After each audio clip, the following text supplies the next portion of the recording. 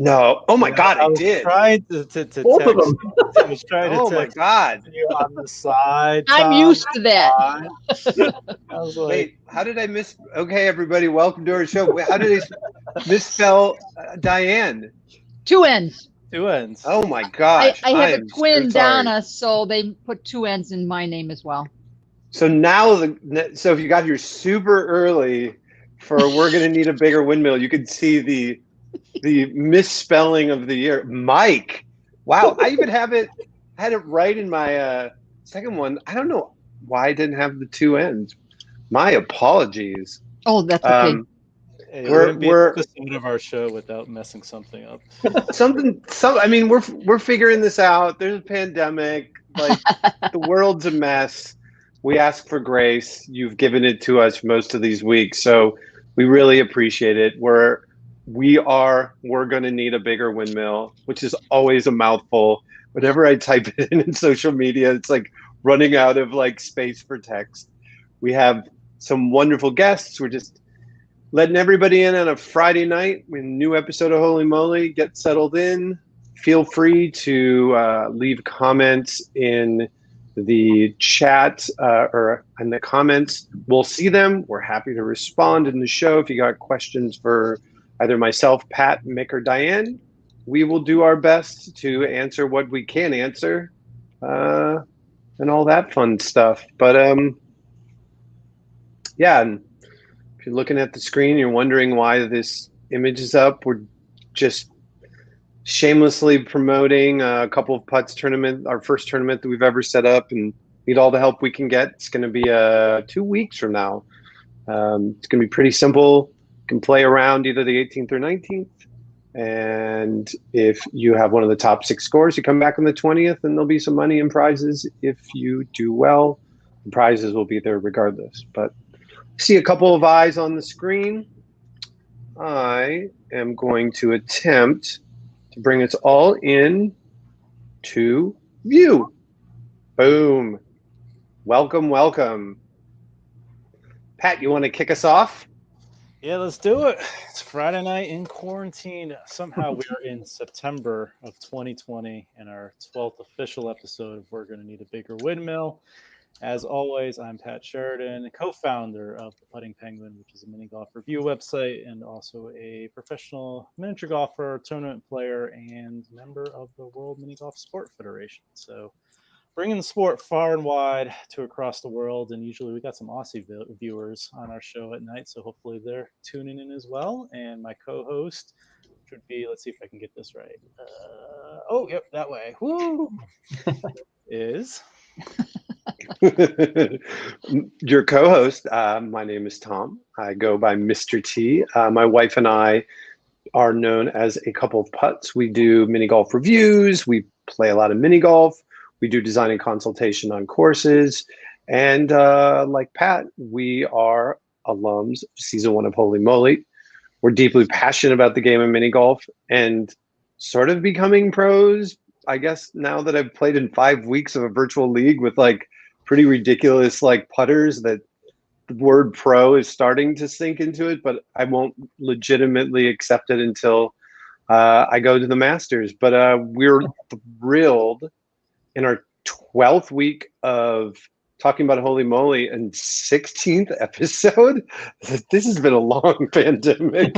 Yeah. To have to be reunited with our guests who we had met on Holey Moley as well. I will let them go, and I'm going to let the person below me start first. Hi, I'm Diane or Di Cullen, and I was fortunate enough to win episode 5. It was an awesome experience. It was game show camp. I felt like I won just by being able to participate. So I had no great expectations, except that I knew that I wanted to get more than 15 seconds of airtime. So I definitely wanted to get past the first round. That was my toughest and most expected goal. And I just thought, okay, not knowing how far I was going to go, I was just going to get more animated, more excited. And it worked in my favor because it distracted me.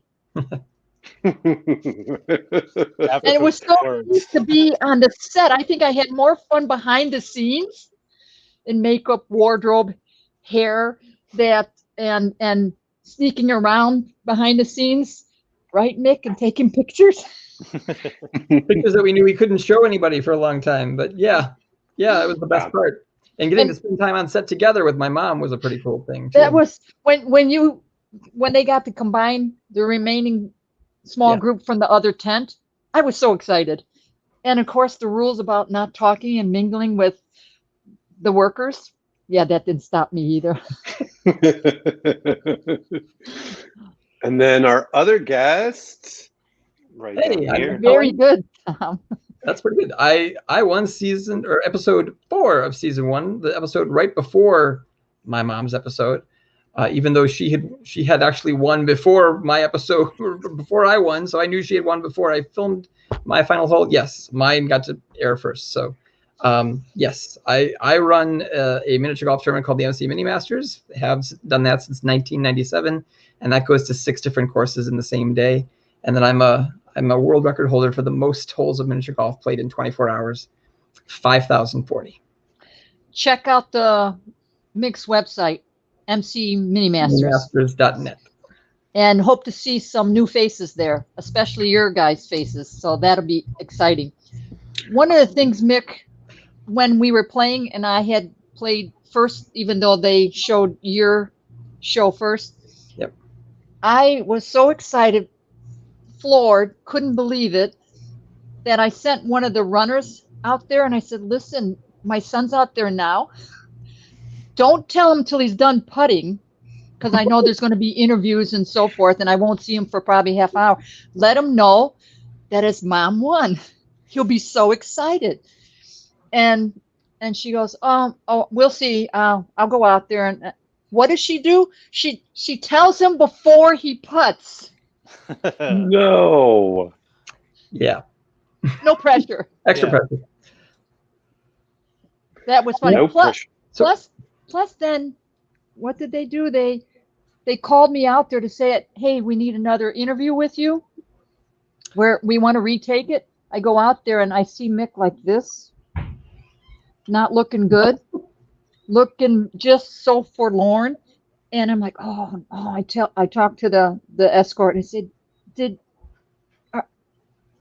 that doesn't look good. Are you bringing me out here to interview knowing that he didn't win, or do you know? Nope, I don't know anything what's going on. They just told me to come and get you. And I go out there and I look at him and he really had me fooled. How's it going, Mick? How are you? Well, Mom, and he goes into the whole story. And go ahead, Mick. Just that I faked her out and pretended that I hadn't won, and they were taping the whole thing. Not that they could show it because they were going to do everything, but they taped it, and then we pulled the golden putter out and celebrated. So that was fun. So yeah, I know you guys want to talk about the wins a little bit later. So you want to get to this episode first? Yes. Let's jump into the episode, and we're gonna go over to Uranus. I think I've given I've given you Uranus a bunch this year in our episode. I think it was every time except Randy was on, because I remember him having a pretty good run. So I fell in love with Uranus. Thank you for walking into it. It's hard, and that's the best part. Really, is Joe and Riggle doing their whole thing. It's never not funny, and I actually think it's good because it's set up. This was a great episode just in general because they played the hits. Like every hole was one of the real good ones, and they started off really well here. So we had Paula, the Olympian golfer, up against Donald, who was a musician from Chicago, and we'll probably talk a little bit later about his connection to Holey Moley as well. So some pretty stiff competition. Donald went up and almost had a hole-in-one right off, got a really good bounce, hit the channel, just skimmed the side of the cup, and he just kind of scampered over the planets like they were nothing. So put Paula in a pretty interesting position. She missed, got the bad bounce into the sand, which I think is impossible not to get now that we've watched it all season. Every single miss has gone into the sand. Yeah. And she also got over the planets. And I was kind of thinking about it that we didn't actually have a whole lot of people fall in the water on Uranus the whole season. So it'd be interesting to see if there was a couple, but if they run it back, in future episodes, how they tweak it a little bit, because, we love seeing people fall in the water. But with that setup, no penalties. Donald basically had to tap into. Paula had a good run at it, just kind of smoked it a little bit too hard. So it bounced off the cup. And Donald, very excitedly, as you can see here, moved his way into round 2. And I think now we're going to go over to Mick for our second hole. So slip and putt. I know Pat played slip and putt. I played slip and putt. Tom, did you? Yep. So Mom, you're the only one that didn't. So glad I didn't. So very glad. I think my least favorite thing about it when we played it was that it was the first hole of the night, and we had another one to play after getting all slicked up with the glycerin. But boy, I don't know if they put an extra coat on this time or if they just kept looping for us the falls. But these two had some trouble, Michaela and Ashley, getting up the hill. Michaela actually had to just take the stairs eventually. I kept waiting for the rope to come down like it had before, but she just took the route around. And I liked in Michaela's interview how she said her strategy to win was luck. And I said, well, that's not a great strategy, as it turns out. You can hope for it, but that's not so much a strategy. She made a pretty good shot. No, sorry, she did not make a very good shot. She didn't get through, and then she didn't get through the second time. And by the time she made it down, it was pretty much a given that Ashley was going to finish it out and win, and she did, and moved on. And we didn't get to see if Michaela could have had some more luck. You can see, yeah, she had just the shot there for 2. That was a great shot. It was, and she's a good putter. She's a very good putter. We'll talk more about whether she's that great with the obstacles later, but the putting, she's obviously solid. It's funny you talk about the putting because I think there was as we've talked offline and we've talked on the show, that there's been some movie magic, but we saw some pink little markers in some of the photos of this hole, which means that another photo I saw, I think Ashley did not get down on her first putt from the top, and I think they did a sudden death, but I'm not certain on that. But there was a couple of holes where that was in question based on some other photos that were circulating out in the publicity world of that. But yeah, I mean, otherwise, yeah, she's got some great putts ahead of her, to say the least. But yeah, let's move on to our third hole, and one that Dianne might be familiar with, and Pat even maybe. Just a bit. Just a little bit. I thought, Pat, we had a tough distractor, no doubt. But this one, I think, was the toughest and the most hilarious. I can't imagine being that close. I would think that if I took even the slightest stroke and not a full stroke, that I might have touched them. And I'm not sure that they wanted to show that if that was the case, but to see their faces first when they came out, but even more so when they got so close. However, of course, and I'm sure you'll agree, Pat, not fair that it's 12 foot. I've been saying that all season. Not fair. You could close your eyes and get that. And they didn't have to putt on a stupid red carpet. Which was much faster than the normal greens and faster than what we could practice in our hotel room or in the hallway.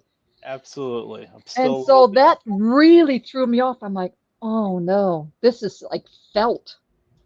So I really enjoyed it. And I I kind of expected the result. I expected Darren to win. One, because he's an athlete. Two, I don't think he's really a mini golfer. But not to I was a little surprised, but I really enjoyed it. And I think it really was pretty tough because you couldn't see the hole. Yeah, you were definitely putting blind with those guys in your way. And the last shot where as soon as he sat down, I said, one of the balls is going to miss and go right there, right where we don't want it to go. It's almost like it was intentional.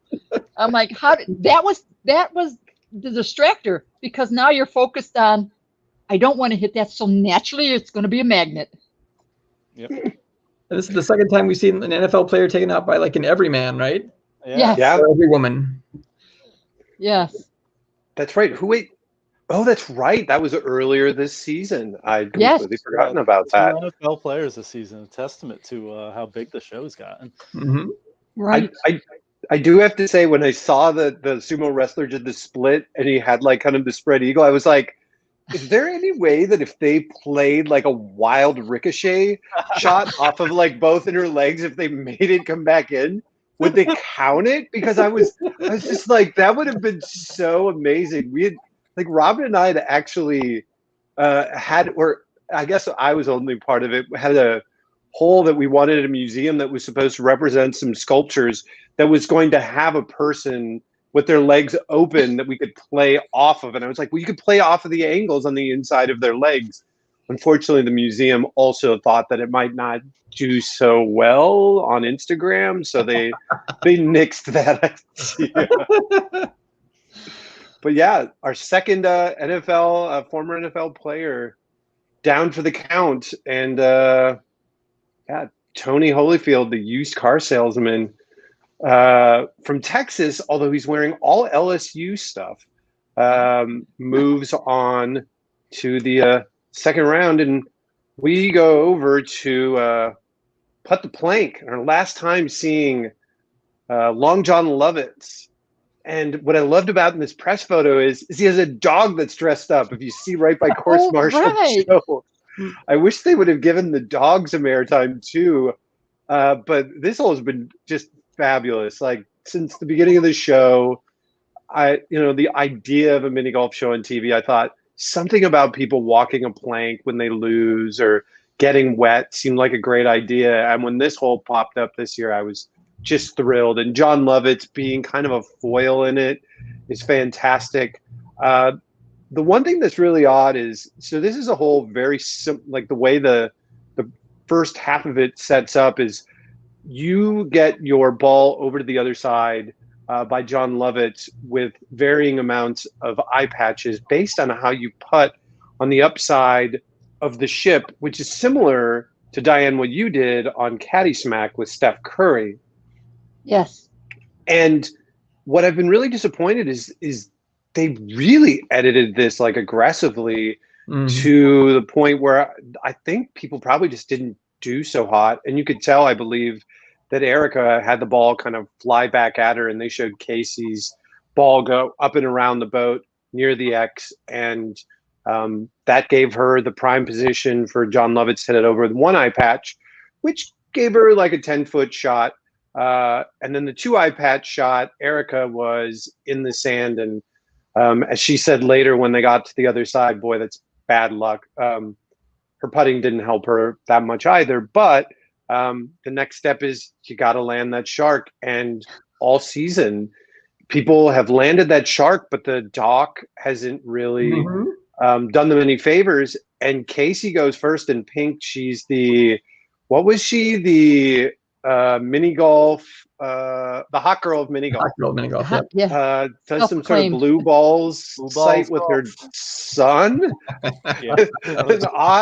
An odd match. I guess they sell sunglasses. But she landed the shark and got halfway on the dock and pulled herself in. So our guest earlier this season, Matthew, from the first episode, her and Casey are the only ones that actually avoided a stroke penalty on Putt the Plank all season. And then that leaves Erica for the jump. And Erica might have had the best face plant on the shark all season, just taking the leap off the plank. And, they showed mouth guards on Uranus earlier. And boy, I hope Erica had one in, because yikes, that was a heck of a hit. This hole did her no favors. So she takes the hit on the shark. She gets drenched. She has a stroke penalty. And then she has to go over to the other side and hit out of the sand trap. She runs it way past the cup and leaves it with Casey with, a layup that she misses by a bit, but hits a 4-footer in. Casey's moving on to the next round. I think I have Erica's hit right there. Oh, wow. If she would have won, she might not have been able to move on to the next round like Garrett earlier this season, who had to opt out due to some bruised ribs. But yeah. And then there it is. There's Erica trying to hit out of the sand trap, and Casey looking a little bit chilly. So yeah, Casey moves on. I think do we have some comments? We got what do we got here? Josh from Australia is covering up Diane and saying hi. Hey, look who's here saying hi. Hey. It's Michael. Oh, there we go. Oh, hi, Michael. See you all again. And as you can see, Mick is holding up Mick. The ensign hat that season 1 alum from Holey Moley, Michael Koch, had made. So welcome, Michael. We'll move on to the next hole. And let me get my banner up, and I'm going to throw it back over to Diane. And I picked you for this hole because it had a zip line, and I wanted to give you a chance to talk about a zip line. And what was this? This is exactly similar to your experience, right? A little, just a little. And I'm experienced just because I grew up with a zip line in our backyard. My father put up. Probably Nice. to decrease from 6 kids to maybe less, but we just put mattresses at the end of the tree, and then we put X's on the ground. But and I was all excited to do that. I would love to do this. There's a strategy to this. So, and Donald had it, and I saw in a couple previous shows. The key is to get the feet to glance and maybe soften the harshness instead of the whole torso and the straight body just slamming into the pole and zipping around. You've got to use something else, your feet, your knees, to wrap around and then let go and then hug it very quickly. When he did it the first time, he wasn't prepared totally. He had great strategy, but he didn't get his arms out there, and so he didn't let go, which was great. So he adjusted, and he was prepared the next time, and he made it look so easy. We know it's not, just because of all the other people who shoot off of it. And poor Casey, wow, what a slam. And you could tell when she got out of the water, she was in shock, but she set herself up, I think, in the beginning. So how do I get out of there when I fall? So she had those strategies. She just wanted to survive, and she barely did. But I really liked this hole, and he did phenomenal. He got pretty lucky with that tee shot, though. Well, I was gonna say Yes. his pole antics made up for the weirdest tee shot I've seen. Although not all season, because we saw somebody go out of bounds on slip and putt, which I still can't tap. Right. That tee shot was really weird. And it was just pure luck, but we see that a lot because there are some that you know they're good and you expect them to, and somebody just closes their eyes and takes a shot, and he didn't have the right angle. That's why I don't think he's much of a mini golfer, because he's obviously athletic, but he just didn't look like he played a lot of mini golf. No. And he could do the obstacles. There was no doubt about that. Yeah. So he was prepared for that. And I think a lot of the players, they do that. They just prepare for one or the other. and maybe think good luck and I hope I don't kill myself. But this was very exciting from the putting up and up. Her shot was perfect. Again, she's a good putter, so she knows to hit it from the right angle, to hit it hard off the back so that you can get a good bounce back and forth and back and forth. And he was as surprised as anybody else. But he still had a good putt out of the sand. Again, that's why I thought he wasn't a strong mini golfer or putter, because he didn't need to hit it that hard. But at least he realized that, and he just kept pretty calm, you know, and level-headed about it. You know, I'll do what I can, and not panicking. So I really liked this hole. I was glad I got it too. Thanks. Fantastic. Next one, Mick, we're gonna have you chat about Go For It. So I love this hole. Like, as a mini golf person, this is a great hole. The gopher thing at the beginning is fun, but the gopher heads popping up and having to find that winding path through and then up and off the bank, that is a mini golf hole. It's as mini golf as anything this season has to offer. I felt like Ashley not only had the better run on the gopher, but it looked like she had the harder ride. Like, it looked like it was tougher, all the stuff that it was putting her through than what Tony had to go through. But she still had the shorter or the longer ride, and then he had the tougher first putt. But then I thought her tee shot was, given that she had the advantage, her tee shot was disappointing. That she really didn't play the angle the right way, right? Like, she should have been coming around the right side to get that bank over and take it near the hole, but she played it on the left side, got it moving back in the wrong direction, and had a lot of work left to do. And then Tony hit it well, but didn't hit it hard enough, and he was still in a pretty good position. This was another one where I felt like there was some magical editing going on, because when she hits her long putt for a 2, then she seems to come and pick the ball up from the opposite direction that she had been coming from. I kept replaying that because I said, I missed something here. It didn't flow completely, right. And I'm like, what can I see? Well, I can't see it because I can't see it. So my guess was maybe that this had gone to a putt off too, but they had yeah, you could see the stickers in the shot. One that you could see it in there. Yeah, I mean, pretty much anytime they make that like weird cut at the end and the ball goes in, you know, it wasn't a true shot that went in there. Otherwise, they would have shown it like they do for the other ones. I'm going to have to replay it again and look for the dots.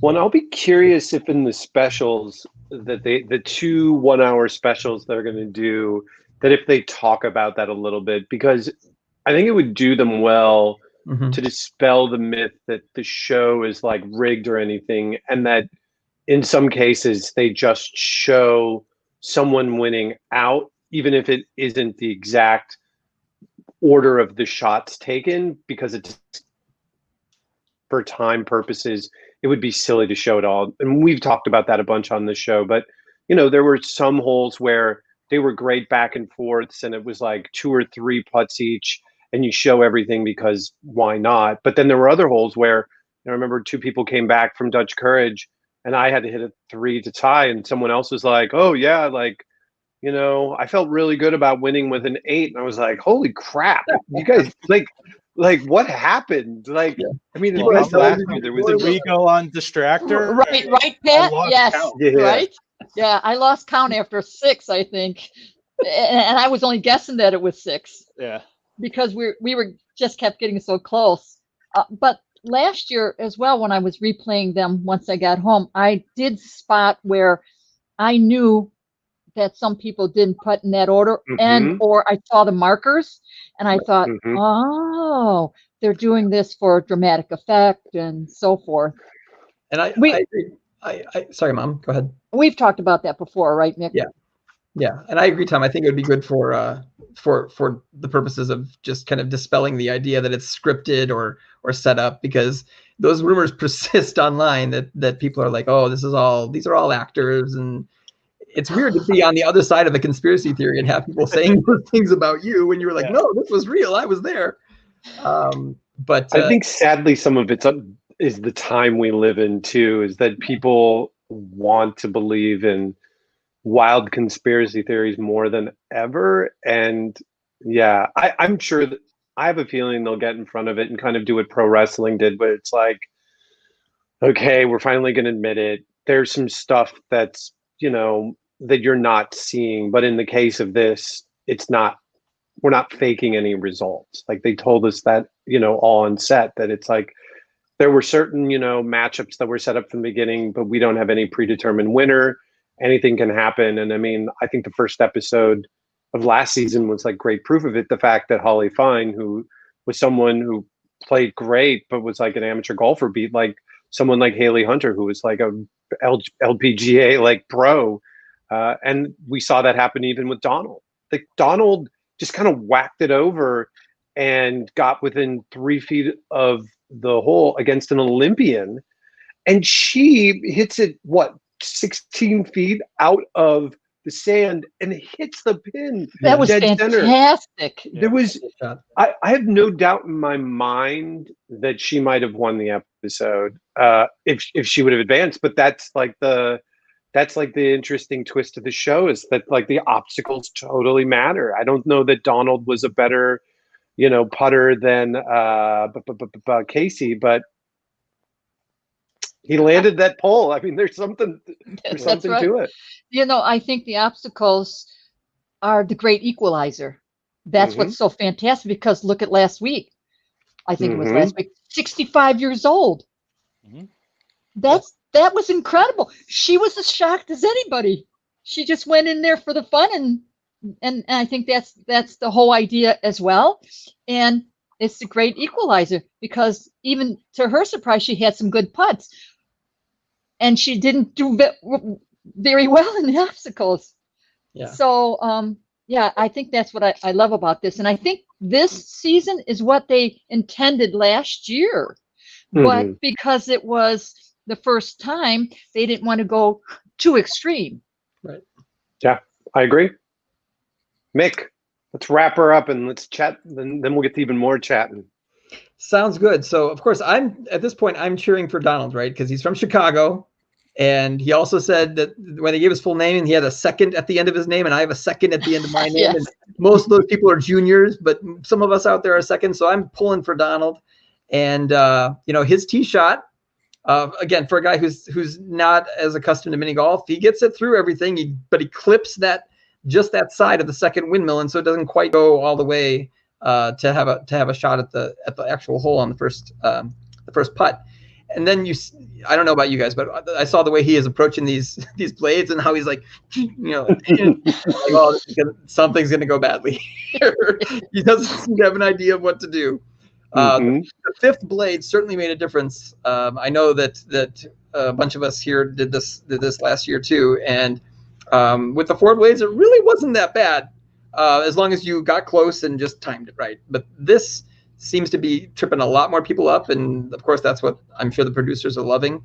And I was worried about not only the approach but his size, getting through as the bigger guy. It's more of a detriment on this, while it was a good thing on Volcano. And to see him get hit, you're like, oh, he's going in, and then the most miraculous save possible. How he hung on with the one ankle and the one hand and pulled. Unreal. Boy, we had two amazing saves off of near penalty strokes on this episode, and that one was just incredible. And they played it up, and then he made it through the second one much more easily, and then he was through. And you're thinking, okay, well, I was thinking when he was through and all the way down there and won and no penalty, that he's in pretty good position, because I didn't really have a lot of faith in Ashley's ability to get through the windmills. She didn't either. Neither did she. Yes. And so she steps up and she hits the putt, right? The putt, one of the biggest putts of the season, and with the pin in, gets the little bounce, and it sticks there between the pin and the edge of the cup. She gets the fantastic hole in one. to close it out. And I was still thinking she's got to go through the windmills, because I thought I remembered last year when they told us the rules that you had to go through the windmills no matter what happened, but I could be completely wrong about it. It may be that I'm just thinking or I was worried about it, but I was thinking she should still have to go through the windmills. I was disappointed she didn't.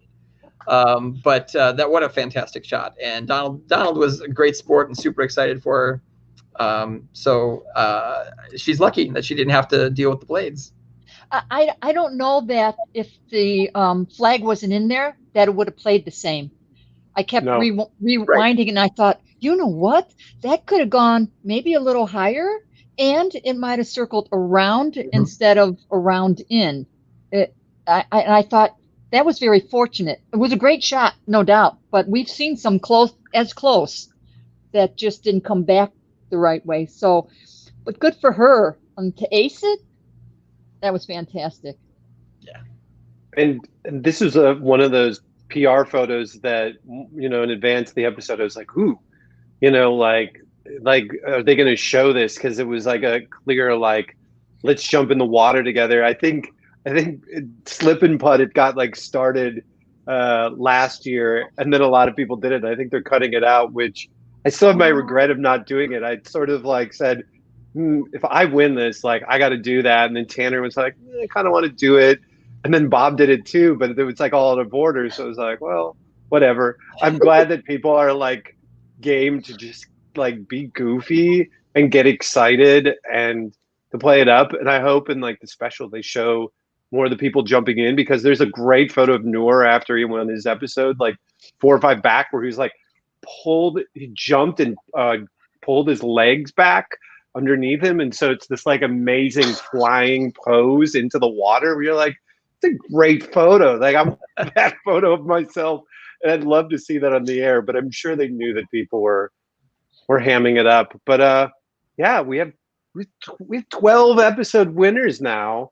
And we are looking at the finale of Holey Moley coming up next week. And I'm going to jump us out of the screen share here, and I'm going to share some fun comments. We got, I don't know who this is. Nomers. Hi, Nomers. Nomers checks in. We also have Mike Kelly. He's checking in live. I don't know if he's checked into our show live. So great to see you, fellow alum. Randy Rice. Liking the jackets. They totally got the sleeve size right. It's given some context getting through those blades. Is ooh, look at that shirt too. And we have a new guest, Cheryl Morris. Thinking that Ashley should have went through the windmills, and loved Uranus too. I mean, who doesn't love Uranus? Tom. I know. It never gets old. It really never gets old. I'm not going to go there. But yeah, I mean, for me, and I knew that that Mick was interested in coming on, and we were definitely interested in having Mick and Diane on, because they're the winningest family on Holey Moley. They both win their episodes on Holey Moley. Your county in Illinois has like the most amount of winners. It's you two, Stefan, and then wait, there was one other, or Steve Kristoff. That's Kristoff. right. Yeah. Steve. Yeah. And then we represented. Stefan was from Chicago. There's a Correct. couple other people, but they only made their episode finales. So yeah, we have another. Whoops, not that one. This one. Kim. That's our friend County too. Hi, Kim. Hi, Kim. And Mick, your wife. That is so not nice. Right. Watching from the other room. They're from Australia and from the other room. But yeah, I wanted to have them both on because we're done with all of the episodes until the finale, and so now we have a total of 22 people that have received the green plaid jackets. We figured we'd have two of them that earned it to talk about what it takes to earn those green jackets and to talk about what they thought about the people who earned them this year and the play and the course. So let's assume people have seen your episodes, although they're not online anymore, which is unfortunate. But each of you tell us something about your experience. Robin, Robin's also watching for the other room. Thank you, Robin. Hi, Robin. And Megan. Hi, Megan. Hi, Megan. Lots of people chiming in. So Mick and Diane, tell us a little bit about your experience that we might not have seen from season 1 in winning on the biggest stage for mini golf. Go ahead, Mick. Well, so it was super weird for us because we weren't on the set at the same time until the last couple of nights. But I knew what Mom's experience was before I got there. She was out there almost a full week before I was, right, Mom? Yes. And so what people who watched my episode had commented that I looked anxious or I looked tense a lot, and I definitely felt anxious and tense the whole time because I knew Mom had already won her round like every time that I was going on, and I'm like, I have to keep this fairy tale. That's true. That's true. Going. And my identity, I think, is more tied into mini golf than Mom's is, and so I knew people were expecting me to win, and Mom was just like, everything's a bonus. Just being here is cool. And I'm like, I have to win or it's a failure. So there was a ton of tension, but at the same time, it was still a ton of fun. Like everybody I met there was interesting and fun and there for the right reasons. Like they kept trying to needle us into trash talking. They wanted me and Jesse in that first round to trash talk each other, and we're like, I'm like, she's like Wonder Woman. She's like a firefighter and a veteran. What am I going to say about her? And she's a bodybuilder. Like that she could beat you up. Yeah, like, this is the only I could maybe beat her at. So she was great, and then Michael Koch was great. I'm not going to say anything bad about him. It was just a really interesting communal kind of experience, being all in that tent together, learning about the hole, and then sitting around for hours waiting for our chance to play. I think that the whole thing was a whirlwind from beginning to end. Even though you were waiting for so long to play, the whole week went by quickly. People are amazed to think that it took a week or 2 weeks in Mom's case to film an episode, but it's almost impossible to think that it could have been done any faster than that when we look at everything that was going on. So I don't know. From my perspective, the actual putting was a lot like regular mini golf. Like once I got out there, it was just putting. If you were able to shut out everything else, then you just focused on the obstacles like you would on any other miniature golf course. But there were moments where it peaked, where there was kind of this realization of, oh my gosh, this is huge. Like I'm on a platform above a pool and there are lights everywhere and cameras in the crowd and somebody with my giant head holding it up in the crowd. I love that. Yeah. So it was this amazing combination of surreal and completely familiar at the same time, because, we've lived a lot of our lives on these sorts of miniature golf courses. It was just, this one was writ large. Go ahead, Mom.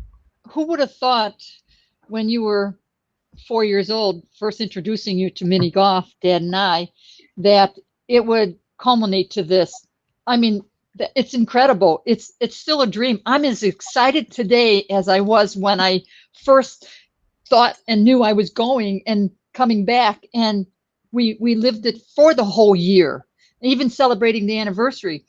But it was so enjoyable. And I agree with you, Mick, because actually we might have had an advantage, I think, because Mick and I do marathons together. You get up very early. It's dark. It's freezing. We did Big Sur almost to the day a year before the turn, Holey Moley. I think that prepared us even the most, but we've been out hours before we have to run, and we're up and about a long time. So sitting in with some of the people waiting for their turns 3, 4, 5 hours, um, and they're, maybe getting a little tired, and they were shocked and surprised that it was going to be this long and this hard and this cold.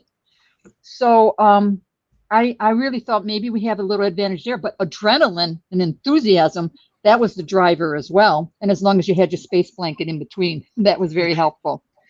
Just to experience all that little stuff. And I kept telling myself, yeah, you don't know how long you're going to be out here.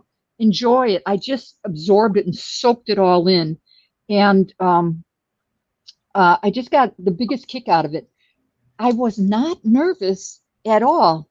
In the tent a little bit, but on the walk there, I got distracted just from soaking everything in and looking at everything behind the scenes and all the wires and all the equipment and so forth. And when I got on there, I was oblivious to the crowd until I saw it on TV. And I'm like, wow, I don't remember that. And I don't remember that. And where'd that poster come from? Kind of a thing. And I just thought, okay, I'm just going to go out here. I think I was the most nervous and excited meeting Steph Curry. And I didn't even ask permission. I just went right up there and hugged him.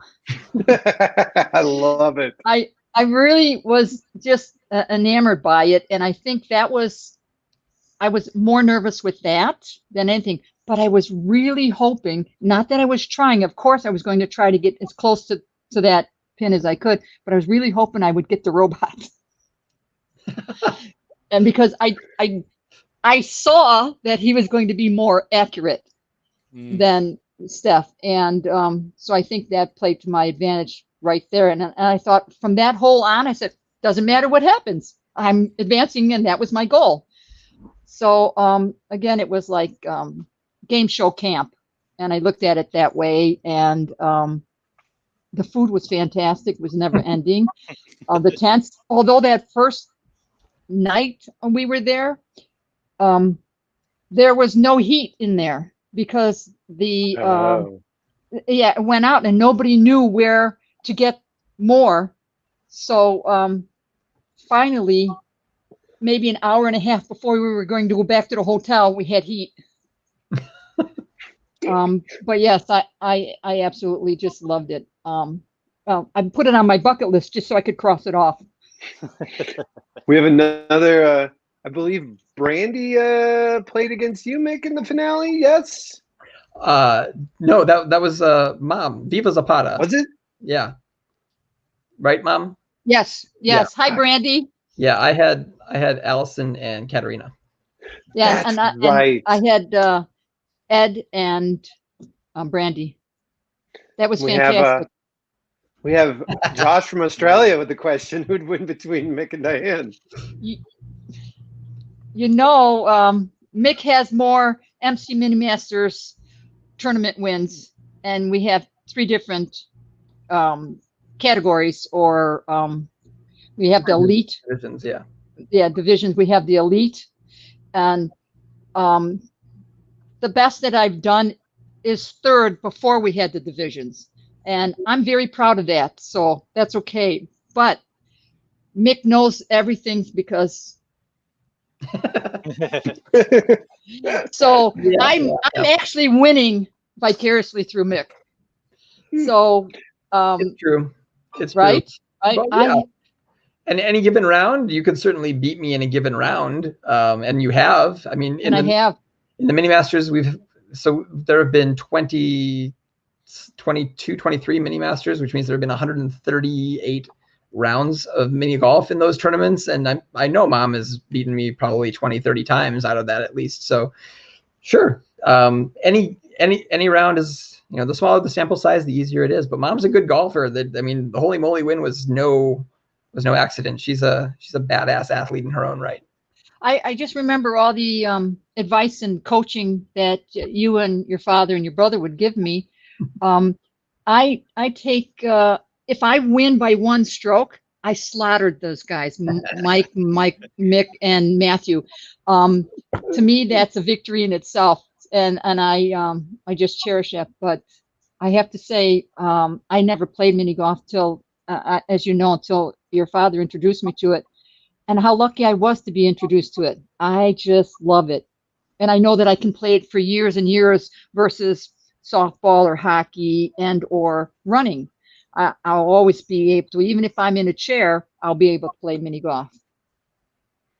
So we're very fortunate. We'll want to get to talk about season 2, but we had this question from Cheryl, and this is like a pretty easy one for all of us to cover. Is that in order for it to go on air in June and July, it takes a couple months for editors to put it together. So if you do the timetable backwards, they're filming this somewhere between this year, end of February, early March, and when we all did it, late March and April. And on top of it, we're in a valley in the mountains that's probably another 10 to 20 degrees colder at night, and it's chilly. I think we all probably didn't feel that bad. I mean, yeah, because I had to laugh when the producers were like, "It's going to be cold," and I was like, "Define cold," and they're like 40. I'm like, "That's hoodie and like shorts on the mini golf course." I'm gonna go to Maine this weekend. It's gonna be 40 by the time we're done playing in the tournament. Like, I mean, that's nothing.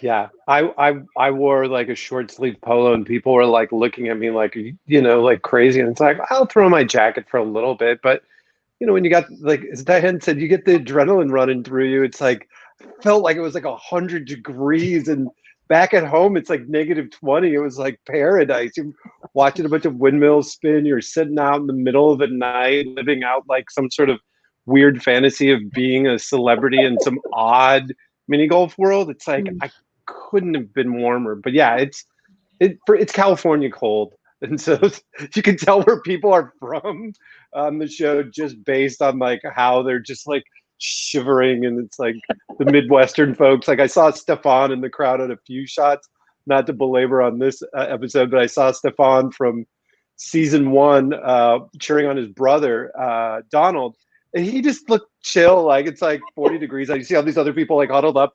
He's just got like his hands in his pocket, like, cool. I'm like out watching it. It's like, yeah, I mean, that's kind of how it works. It's a pretty common question we get, though. I don't know about you guys, but people all the time are like, how cold is it? Everybody's in coats and stuff. I'm like, and they're breathing. They can see their breaths in the air. And the crowd is all like this in scarves and hat, and you're out there in short sleeves. Although I will tell you, the most common question that I absolutely get, particularly, is how did you lose to the grandmother? And I was like, I'm so sorry about that, Pat. No, that's like probably the single most thing after the whole thing. I was like, guys, it's been that's mean. It's so funny. Diane, the point you talked about, like, because Tom and I always talk, and Tom's like, yeah, I noticed this and noticed this and noticed this, and I was like, literally, I had to watch my episode, especially on Distractor, because I don't remember anything about the crowd. I remember interacting with you and like us trying to attack that hole, especially as it went further and further along, just trying to figure out when one of us was going to hit it. And you got so close. Oh, I know. And then like the only part I do remember is that I think Tom, you and Robert, like you guys had come out of the participant tent. Yeah, we can see you. Mick. Barely see you, and I'm sitting there going, "Oh God!" Now I got more pressure because Mick, like, that was the pressure of, obviously I play the tournaments and everything, so I had a lot of self-imposed pressure of I've got to do well on this show, and yeah, that one. And I just remember the biggest thing I remember, and it comes across because people are like, wow, you were really excited. I was like, well, I was generally happy that one of us just won it at the point. Like, you don't understand how long we were there, but like, yeah, getting to know you, because we were one of the last people to film that set. So we were in the tent for a long time talking. And then when we got back up there, and, this goes to the testament of the camaraderie of the folks and everything, that it was just like, once I was up there, I have no idea what was going on in the crowd. Yeah, and I burned it. And I tell everybody, the one thing that I knew going up on that hole I was not going to do was leave a putt short on national television. So my first putt, I blew past the paparazzi. I was like, I am not leaving this short on national television. So, Pat, when we were in the tent and you got closer and you were, talking about your experience and all this, and I'm all excited and everything, and all of a sudden I'm getting more serious and I'm like, oh my gosh, he's going to kick my butt. How did I match up with him? He's a pro. He's the best. He's got the putting penguin. And I'm, oh, just go have fun. Just go have fun. And I go out there, and then we're like, wait. We were both shocked. That again, the great equalizer when they changed in the carpet and the paparazzi. And then we were like, we're teaming up. All right, that looked good. Now we got to adjust a little bit here, which you don't get to see, and we do. And do I move my ball over a little bit? And it was like, and I'm, come on, Pat, you can do it. Got to do it this time. And you're like, show him, Diane, show him. And it was anybody's call. We were just waiting for somebody to put it in. Yeah, no, that was very, yeah, it was very much, we were reading each other's lines. And I think the cool part about that is playing a lot of tournaments is very similar to most of the competitors in even the big major tournaments, the national ones and the international ones. Yes, it's competitive. Yes, people really get down to it, but especially on the practice and the early rounds, you're pulling for each other, and you're always like, I don't think I've ever had a time where even in the middle of a tournament, I've seen somebody hit that and be like, hey, like, where'd you start that from? Like, what are you aiming at? And I've never had anybody be like, go piss off. Figure it out yourself. Yeah. Everybody's always like, oh, no, this is what I've done. Even to the extent this past weekend, my buddy Justin, who I ended up beating in the tournament, I asked him. Who's beat you a bunch? Who's beat me a bunch last year. We go back and forth, and he was playing a hole, and I was like, oh, what do you do? And he does this, and I learned how to play it, and I ended up acing the hole later on, and I was like, you shouldn't have told me how to play that hole. It was your detriment. But like, I think there's these microcosms of the things that happen in the show that a lot of people don't get to see, and that's part of the reason why we're talking about it here, because it is very representative of the real world of mini golf, which is really cool to see. And we have the same thing, Mick, in the MC Mini Masters. We see somebody, or we'll ask somebody some advice. I didn't see a couple people hit that, and I'm kind of remembering, but sometimes the weather can change it. There could be some kind of water, let's say, or leaves and so forth. And I just like the whole camaraderie about it, like you said, Pat. I think that's incredible. And there's no need for anything negative, or hey, I'm standalone. So it's still just mini golf. It's just mini golf. Yeah, it's just a game. That's right. And it's funny. Here's Brandy had left that comment like a little bit back, just saying, how it was so much fun going against really kind people. And I think Brandy was the same night, and why I had got confused which night if she had played, which of the two of you that she had played. But yeah, like, everybody was just so kind. And I think at the end of the day, mini golf, it's also not like a basketball game or a hockey game where it's like someone can stop you from doing something. It's like you ultimately are the one that have just as many shots as the other person. Donald could have made that ace on the last hole, but Ashley did. The Olympian Paula, I think it was, could have made it into that channel and almost aced Uranus, but Donald did. And that's, we were talking about you two competing against each other would win on a round, like on a single hole, it's flip a coin. Like, I've watched kids at courses after I just completely botched it. I hear some kid going, yay! And it's like, you got a hole in one? I just missed like a 2-foot putt because I was so frustrated at missing the previous 3 or something. And that's sort of like the great equalizer of mini golf. But to switch it up, season 2, I'm curious. Pat and I have talked a lot about season 2. I'm curious what you two have thought about season 2, and either one of you can kind of jump in. You want to start, Mom? Sure. I really thought it was very jarring and harsh when I first saw it. And then when I saw the second show, I thought, actually, I might be tempted to do some of these. That would be kind of exciting. And I think, as I said earlier, I think that's the level they intended it to be. But I still think it's more obstacles than it is mini golf. And maybe a little more balanced there. But to Mick's point as well earlier, some of the holes are just epitomize what mini golf is, the fun of it and the angles, and you can play it almost like it was billiards or something, but anything could happen because going up a slope and coming down, and then you think it's, I mean, you can play it out as much as you can, but it all depends on some luck and some skill. But I really loved the show. It just really did shock me initially, and then I thought, wow. I think one of the oddest ones is number 2, which I love the name, but I got a little suspicious on some of them after most of them always going into water. Hole 2. Yeah, that's right. And I thought, wow, no one's going to be able to get past that. And then when I saw 2 in the exact same time playing against each other get through there, I said, the doors never opened. Was it a malfunction, or was it a little? I'm a huge conspiracy theorist as well. It was obvious she didn't run that fast to be able to beat all the doors. But yeah, it's an incredible. I can't wait to see how they're going to outdo themselves next year.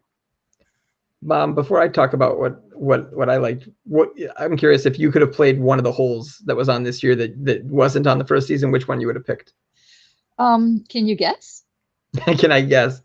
How well do you know your mom? Well, yeah, great. So I don't know. I think you would have had fun with Dragon's Breath. Absolutely would have loved it. It was a close call between Dragon's Breath and Volcano, just because of the zip line, but Dragon's Breath won it. I would have loved to have been in there and had fire on me. That would have just been, and had whatever, the cape or the wings or whatever they had on the suits burning up, and then the steam coming in there. Oh my gosh, that was intense. And then trying to putt and get it, that was too small of an opening. And then if you got it in the right or left, you're going to ricochet. I'm like, that's not fair. They already went through hell. So I think that's what I would go. It's a toss up. I just think I could survive that better than I could the pole, even though I have a great strategy how to do the pole. Yeah, I don't think I could do it. I don't think there are too many. This is what makes you so awesome. Is that I don't think there are too many women in their 60s who would be like, yeah, I'll try Volcano or. That is high on my list of ones I want to do. Let me tell you that. I'll try anything once.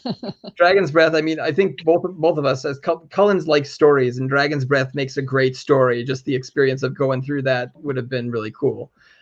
So that's high on my list. There were definitely holes, and I think you guys have talked about it in other episodes this season. There were holes that we could just kind of forget about on this season, like Beaver Creek, but. Dragon's Breath would have been tremendous, and I think the challenge of putting in that suit is hard to quantify, but that's definitely a piece of it. But then the rest of it is very mini golf like getting through the gaps in the door and then having to deal with the humps. All of that's very miniature golf, centric. But it would have been really cool to try to deal with the distraction of the fire.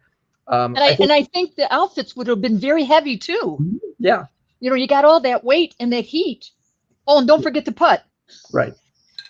I already talked about loving Go For It, but I also, from a pure mini golf lover's perspective, would have loved to play either hole number 2, because that's difficult putting with the drop off right there, and especially if you're coming from the drop zone, that is a hard, a difficult shot. But then Buns and Wieners, I would have loved to play Buns and Wieners, both for the obstacle and having that hole up on top of the slope thing. That required some real mini golf skill and luck. Yeah. I really think some luck on that as well. That was a very good hole as well, I think. Yeah. So yeah. There's definitely holes I would have loved to play.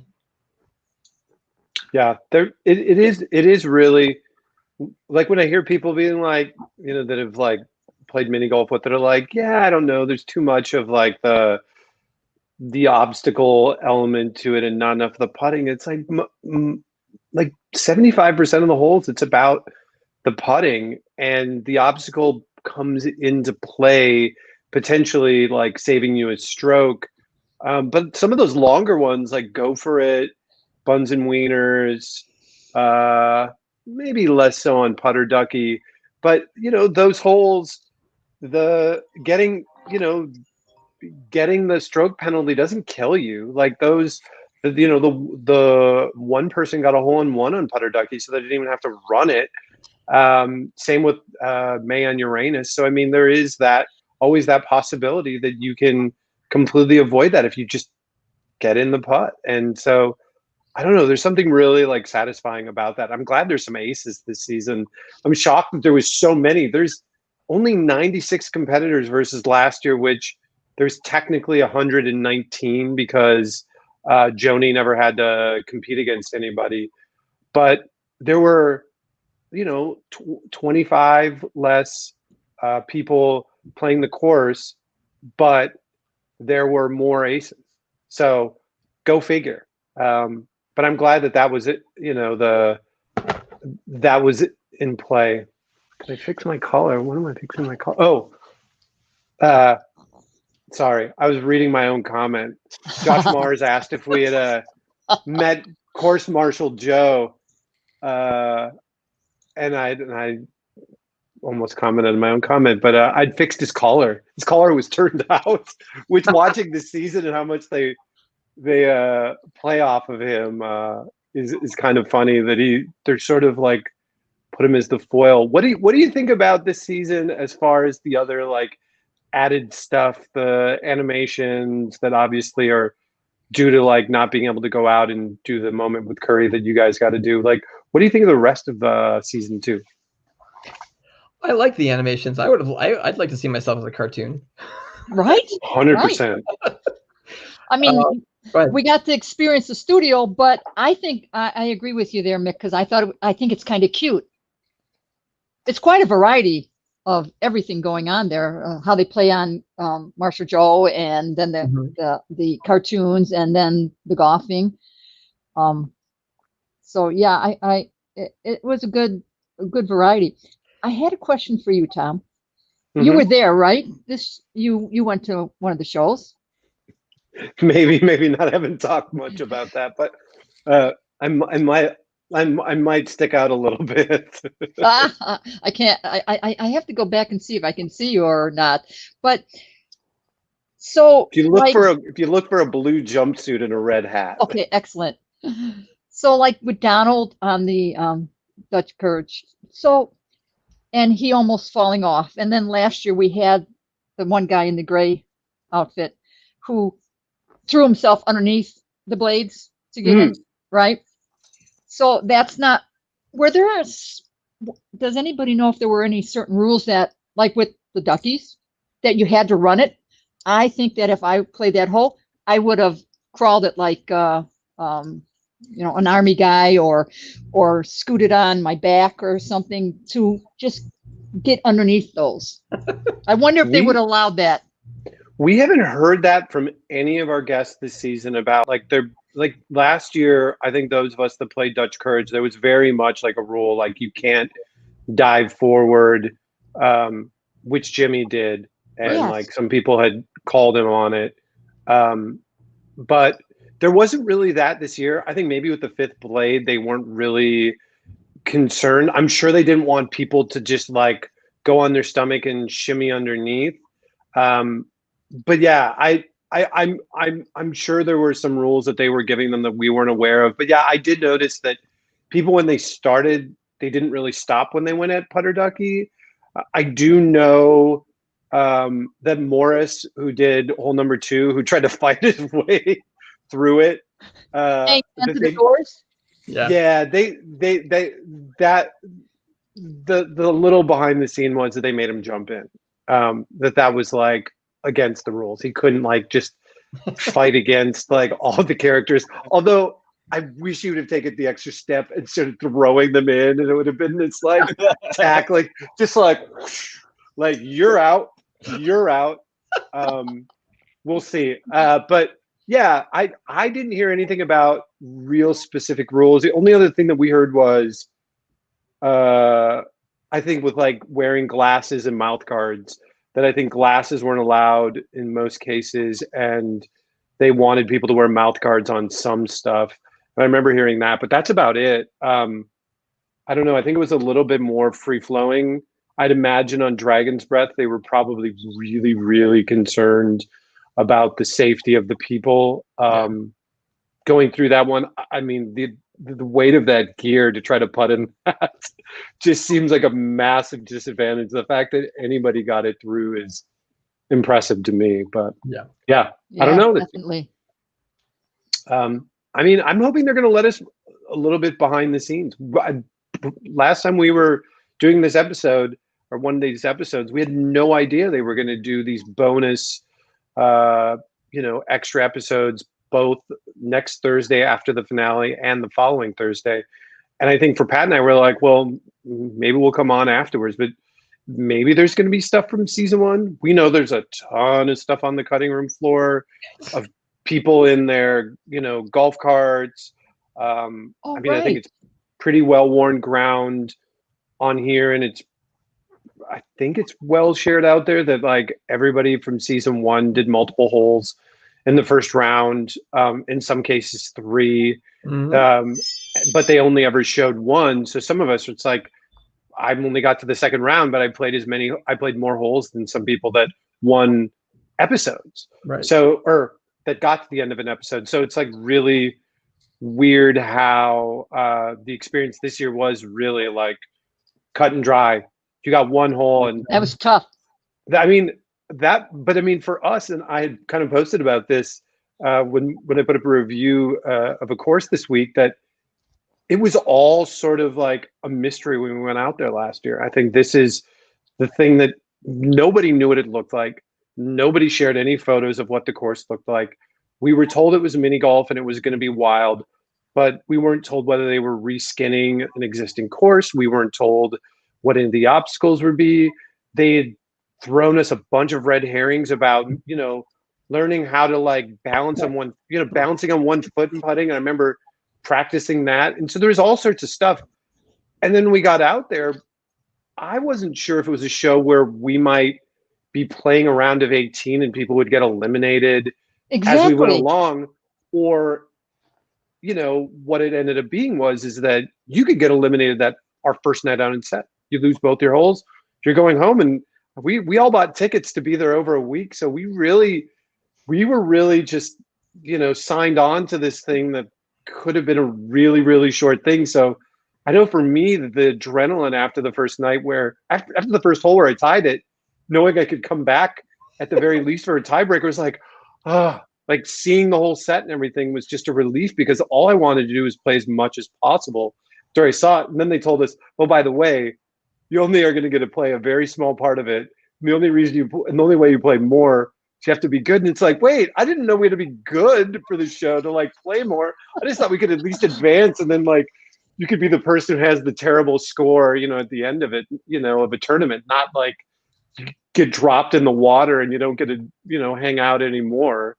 I mean, that was I think that was like an interesting thing about season one, that I think they've got lots of stuff to work with. They did all sorts of interviews, I bet, with you two that we did. Oh my gosh, a lot, especially when they got us together, Mick, and our voices were so high, and we were.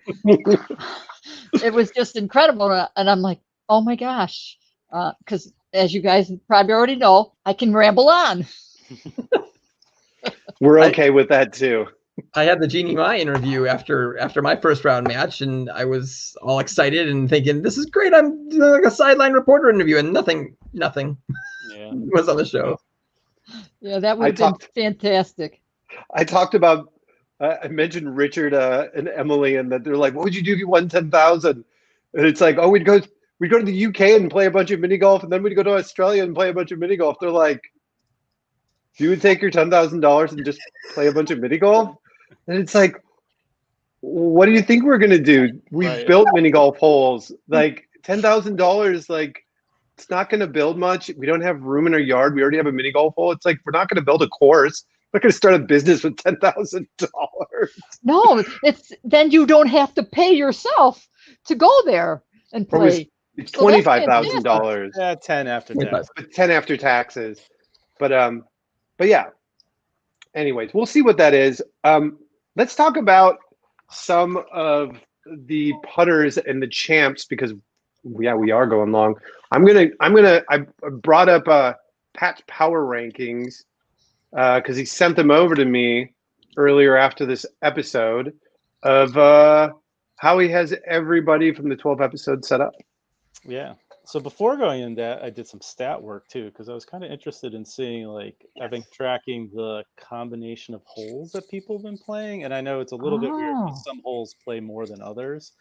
But from a winner's perspective, the two holes that the winners played the most were hole number 2 and Double Dutch Courage. Both were played 5 times.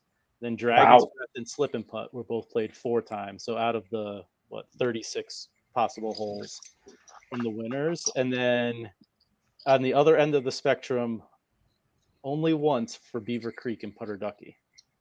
So pretty interesting distribution when you talk about how the winners kind of work their way through the various different holes and stuff. So yeah, so this is how I had them broken down. So I have been trying to do it as a combination of putting, which, as we've talked about, can be a little sketchy because you can only go by what they're showing on the television. So you may have some editing there that you're going, and then overall how they've been handling the physical challenges up there because we don't know what is in store for them for the finale.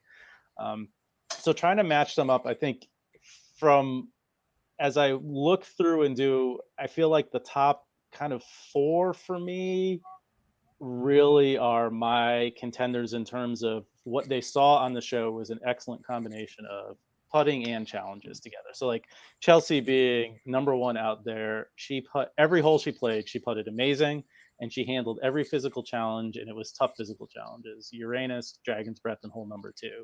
Like there wasn't, she wasn't one of the ones sneaking through on Beaver Creek. So, from her and then kind of all the way down, and Connie from last episode, as much as I loved her effort and the way she just was knocking out giants, the manner by which she got through the physical challenges wasn't exactly awe-inspiring, I would say. But hey, props to she survived. getting through whatever you can, right? Like it's like ranking NFL quarterbacks, like armchair ranking it. Like they're better than I will ever be at anything I will ever do in my life. And so these 12 people got to the finale, which I clearly have not. So in terms of slipping in, Ashley was a really tough one because she never had to do the last physical challenge. Right. And so it was amazing putt, that ace. And I think a lot of people had come close to it. So I think she, followed it in good footsteps there. And as we had talked about, it was a little bit tough on I think Go For It was the one that really was like, is she a good putter? Because that first putt, Mick, you talked about, wasn't exactly great in terms of using the angle. And we've seen people do really well on that hole there. So I think there's a couple in the middle, like May, Mallory, Tanner, that whole kind of middle group.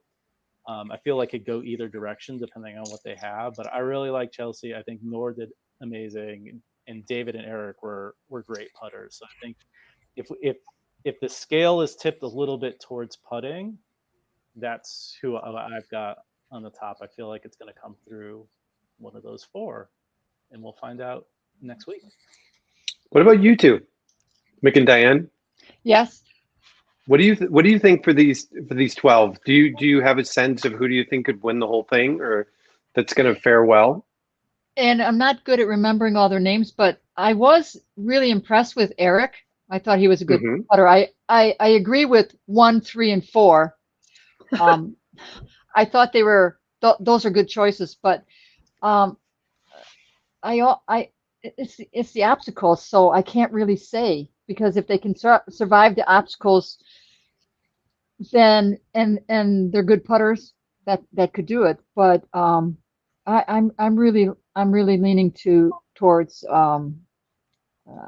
is it Ashley, number 8, or one who just won this episode? Yes. Yeah. I just think she has the whole package. She wasn't intimidated when she was on the Bronco. the bucking Gopher. The gopher. the gopher. Yes, I was so impressed. I think she could have had hung on even a little longer, but maybe she was counting, and I was just very impressed all the way around, especially because she was just having so much fun, and I know that was my strategy: have fun and just be conservative. And I think that she had it all. She was comfortable. She was confident without being cocky. And she talked herself up, and she was calm putting. As surprised as she was that she aced it, she talked herself into it. So, and anything's possible. So I'm really leaning towards her, and I wouldn't be surprised if it's Eric though. And I think that's the top two that I would pick. So I had also your 1, 3, and 4 were in my top 4. I had Eric, Chelsea, and David in my top 4. And of the 3, I think I lean toward David, but I feel like any of them could do it, and it wouldn't be a surprise. I am going to disagree with Mom about Ashley. I really didn't feel like she had the whole package. I felt like I'm not sure how she'll do with obstacles. I did not like her approach on the putt on Go For It, and that really makes me question whether she knows how to play the angles that she's going to need to play when it comes down to it for the championship. My dark horse was May. If I was going to pick somebody who maybe isn't at the top here who could get through, it's her. I know we had she had the hole-in-one on Uranus, right? Yeah. So yep. So she benefited from not having to do that obstacle, and so there's a fair question about how well she'll do with tougher obstacles. But I feel like she may be able to make up for it with her putting. She's not in my top 4, but she's my dark horse. And then of course I have to cheer for Connie because she shouldn't be there. Yes. She may surprise us all. I thought that last week after she won. I thought, previously I thought for sure. I'm like, she could do it, just because it shouldn't happen, and she could do it. That would be my dark horse, I think, if I had to pick a dark horse. Have they just? I mean, I know that there were some teasers of the episode. We know that there's the final hole, but have they even really set up what the final episode's going to be as far as the holes go? Yeah. No. I mean, they alluded to it in some of the trailers, but I couldn't even find one online other than the one that I saw live during the episode. So yeah, it's gonna be interesting, because I do think we're all going based on the premise that most of the holes have obstacles that will make a difference. But if you think about May, for example, who is one of the people in the episode where you're like, wow, they were crazy impressive, because did May match she matched the distractor putt, and then hit it again. So she has, if there's no editing, 2 of her holes, she's perfect. Yeah. Which is crazy impressive. She played Go For It too, but I remember her running it pretty far past, and I can't remember who she played on that. Skylar. Oh, yeah. And that was that was bad. That was a kind of embarrassment to the Chicagoland area. He's putting on that. Yikes. Both of those twins. It was a good a good premise, but I don't know. Put some people on that know how to putt every once in a while. But May, May, May's one of the few people that doesn't have any mistakes, but you also didn't get to see what she would have done in Uranus. She just did too well in it and Distractor. Didn't have to do Uranus. He had Distractor and Go For It, which really aren't necessarily physical challenges.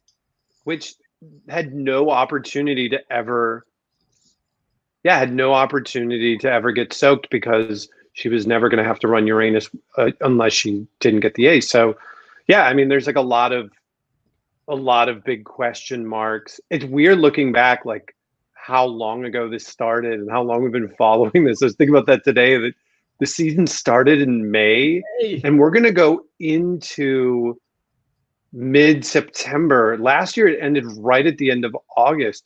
So it's wild how long they're dragging this out. I mean, and putting the specials. I'm hoping it's mostly because the show's a hit for ABC and there's a desire for the content, but I'm also very well aware that production for everything has just been at a standstill. And so they're just kind of looking for it. But hey, we'll take it either way.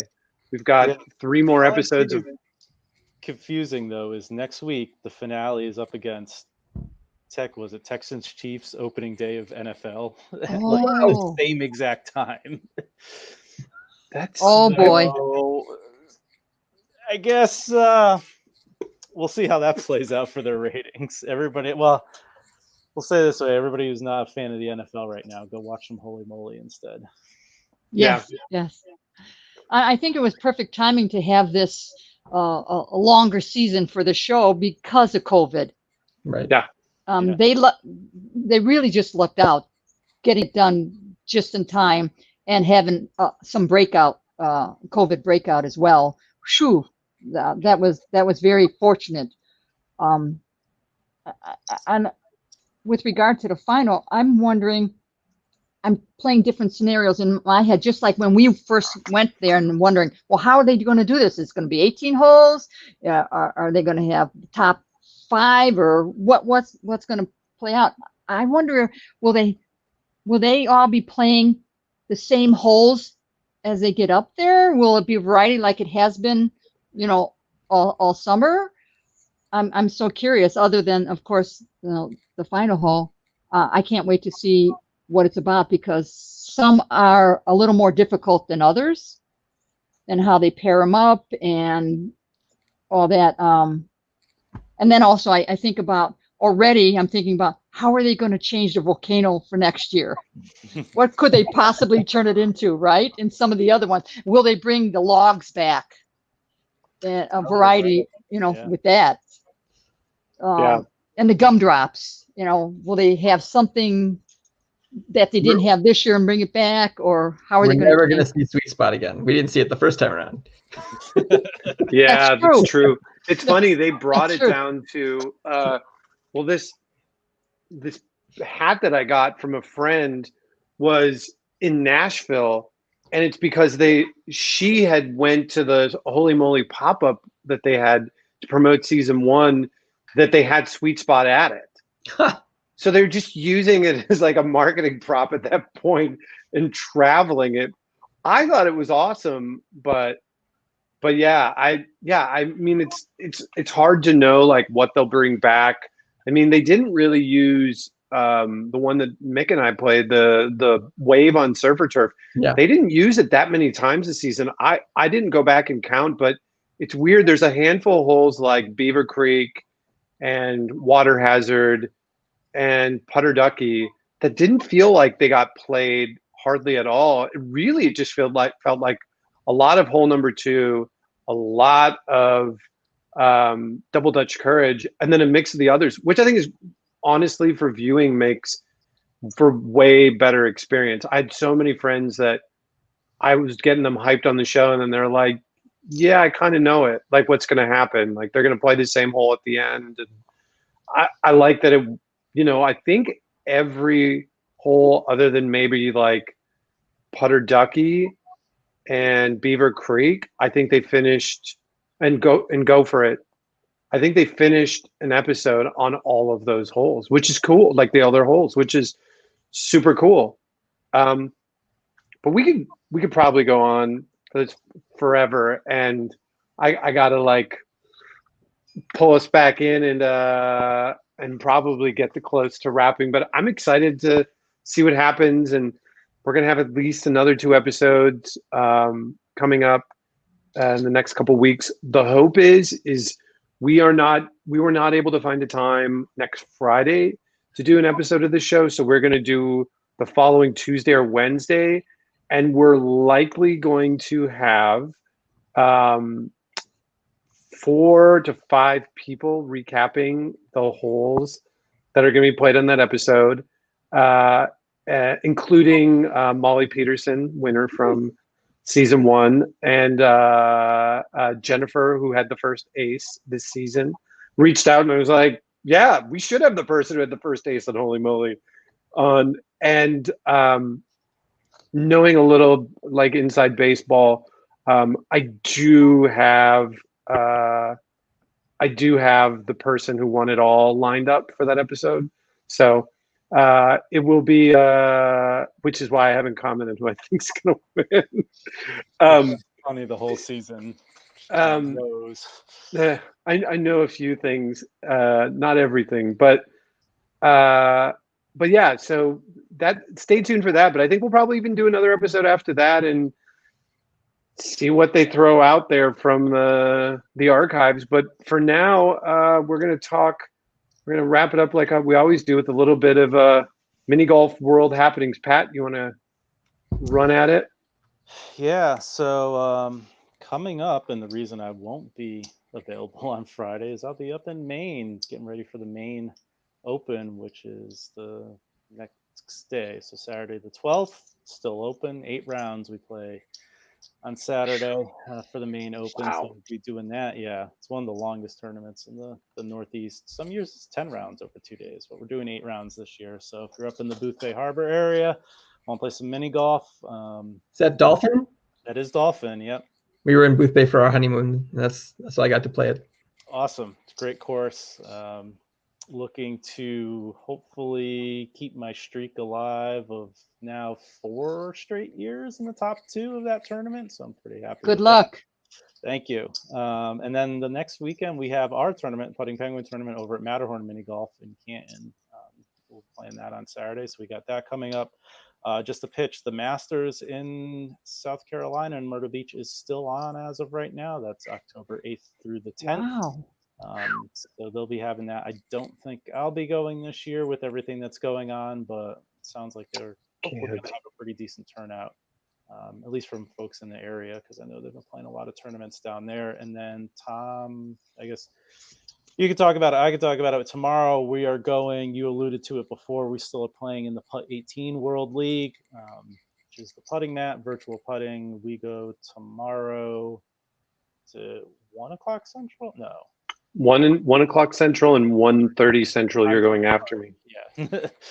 So we're going in the afternoon, and we still got some of the rest of the U.S. folks going Saturday and Sunday as well. We're kind of bringing up the rear. And we're trying to think who went. Oh, Carl went already this week. So Mr. Mini Golf did his rounds earlier. Aaron Kaminski, who's a Holey Moley Season 2 alum, will be going. Oh, and then this past weekend, Aaron ran his tournament down in New Jersey, which I was lucky enough to win and bury the lead. Congratulations! $1,000 tournament. Awesome. $500 in cash. Set a course record first round out there too. So That's fantastic, Pat.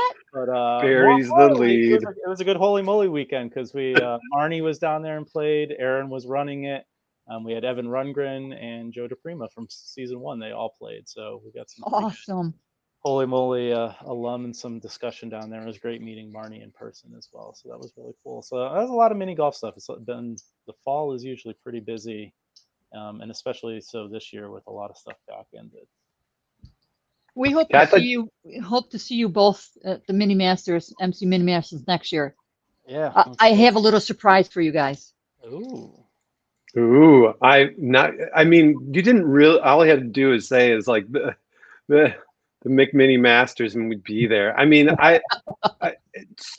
Robin and I were talking about all of the things we wish we would have been able to do this year. One of the other bummers is that we were set to be out in New Jersey when Aaron's episode from O Street was airing. We literally had an Airbnb and everything. We had to cancel like weeks previous, and then of course this episode lands on that day, and it's like it's just like twisting the knife in 2020 has just been like, you know, best laid plans. You might as well like toss them out the door for things. But yeah, I plan on being in that tournament every year. Parking is one of my favorite courses, if not my favorite course in the world. That place is so awesome, and I'm excited to see all the other ones. So you can count on me being there. It's just a drive for us, and hopefully next year we can get some of the people that go there to go visit the Elmhurst course. That, fingers crossed, if everything's okay, will be open, and we have a hole that's like 75% completed in Robin's studio. That's a castle themed hole that's pretty cool. That will be on that course, but they didn't run it this year, so it'll be next spring. So we'll save all the fun for 2021. I definitely want to be there. It's going to happen. We're going to get a whole bunch of people together. Hopefully Randy Rice is going to fly in, and Pat, and we're going to have a big party. But for this year, yeah, we have Putt 18 tomorrow. As I said earlier, we have the winningest mini golf open at Lily Putt. I'm doing a photo a day of all of the holes on the course. The few holes that I could manage to ace, we have some videos coming up towards closer to the tournament. And hopefully O Street's going to be sharing our competition on that course from this summer when they came out here. We have a bunch of new reviews up. Finally got my last review when we were out recording for Holey Moley. I'd like held on to it forever, but we played golf and stuff in Ventura and got that up. And then Robin and I have just been knocking out reviews left and right. Bunch in Lake George, bunch in outstate Minnesota and Myrtle Beach that are all coming up. Myrtle Beach. The backlog of 40 or so reviews. They're all courses we've played in the last year. I'm playing a lot more mini golf since Holey Moley, so it's been a good experience. But yeah, stay tuned to a couple of putts. Stay tuned to we're gonna need a bigger windmill. Got lots more mini golf stuff happening. I imagine people are going to still want to stay outside and enjoy it as much as possible into the fall, and we'll provide some options. And as always, encourage people to be safe. Wear masks. It's pretty easy. It's not really complicated. You can get really cool masks if you go to minigolfgoods.com. I think Robin still has some mini golf themed masks. Pat, do you have some Putting Penguin ones for sale, or do you just make them over on our Zazzle site now? Nice. We'll pick them up there too. Yeah. On Zazzle. During Okay. the tournament, 85 degrees out. I didn't die. So He won $500 wearing the Putting Penguin mask. I think people need to buy stock in it. I might need one. Might have to wear it from now on, even if I don't have to. Yeah, that's anything mini golf world or world that you Mick and Diane you want to share before we sign off? No, things have been slow in this area because we're one of the harder hit counties for COVID in the area. So I've definitely not been getting out to play as much. I'm really looking forward to getting the mini masters back on track next year. We had to cancel both of the tournaments. We do a match play tournament in the fall, so we had to cancel. Have had to cancel that one too. But we're hoping for a better 2021. Yeah, we want a do-over for 2020. Yeah. Although, Mick, you have been playing indoor mini golf with your son, who That's replays true. Holey Moley in different rooms. Yeah, there's been a lot of putt at home going on here. The miniature golf and Holey Moley are the same thing to my 6-year-old and 3-year-old at this point. So whenever they want to play at home, they're playing Holey Moley, and we've got the little putting cups on the carpet, and we'll start in one room, and we have to bounce it off the walls and doors to get to where we need to go. But yeah, that's been fun. That's Well, Josh Mars is still listening. Oh, there we go. Oh, Answered his question. Josh, my oldest son, Xavier, turns 18 in December, and he has already expressed interest in trying to be a contestant in season 3. So I reached out to the Holey Moley people today just to say, hey, he's not 18 yet, and the application says you have to be 18 when you fill out the application, but he'll be 18 in plenty of time for the season. So you could potentially have a Cullen going for the 3rd generation of plaid jackets. Not that he's been a little influenced, but every time I talk to him, I'm like, Xavier, you could do this, and he gets all excited about it. So yeah, I think he'll be there next year. It could be the youngest, probably. I don't think they've had anybody that close to 18. Mallory was 20 this year, maybe they said. Oh, there was one young gal. Oh yeah. Green. Ron, and she was an actress waitress. That's right. And she was just 18. Oh, and yeah, and I remember, having her in the tent and talking to her. She was amazing, personality wise, and she had a positive attitude and thought, okay, she could do it, and she surprised me. I thought she could go further as well, but if you count by months, then it's possible. If we really brought it down to the day, he could be the youngest. So maybe, Josh, maybe. Oh, wouldn't that be great? And we'll get a hey from Evan Rundgren, a fellow season 1 alum as well. I'm going to sign off. Wear a mask. Black Lives Matter.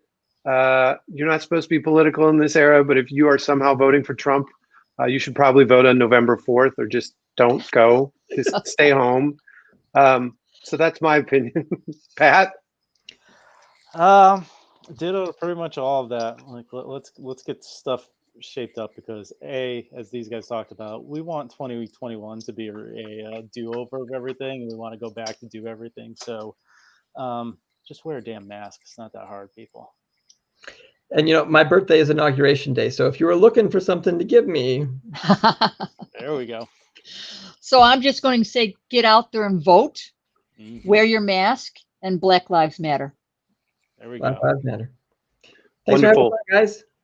Thanks for being here. Take care. We're going to need a bigger windmill, and we're glad you all joined us tonight. Thanks, y'all.